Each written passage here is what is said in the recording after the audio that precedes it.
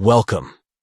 In this video, we will show you how to delete call history on WhatsApp with the latest updates. Let's walk through the steps together. To get started, open WhatsApp on your Android phone. Locate the WhatsApp icon on your device's home screen or in the app drawer and tap on it to open the app. Next, navigate to the Calls tab within the WhatsApp app. Tap on the Calls tab to access your call history.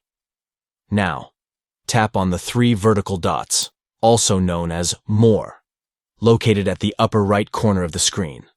This will open additional options for managing your call history. Select Clear Call Log from the options that appear. This action will delete the entire WhatsApp call history from your account. To confirm your decision, follow the on-screen prompt to confirm the deletion of the call log. Once confirmed, the entire call history on WhatsApp will be cleared.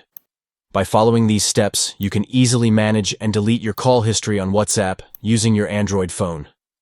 Keep your call log organized and maintain your privacy within the app.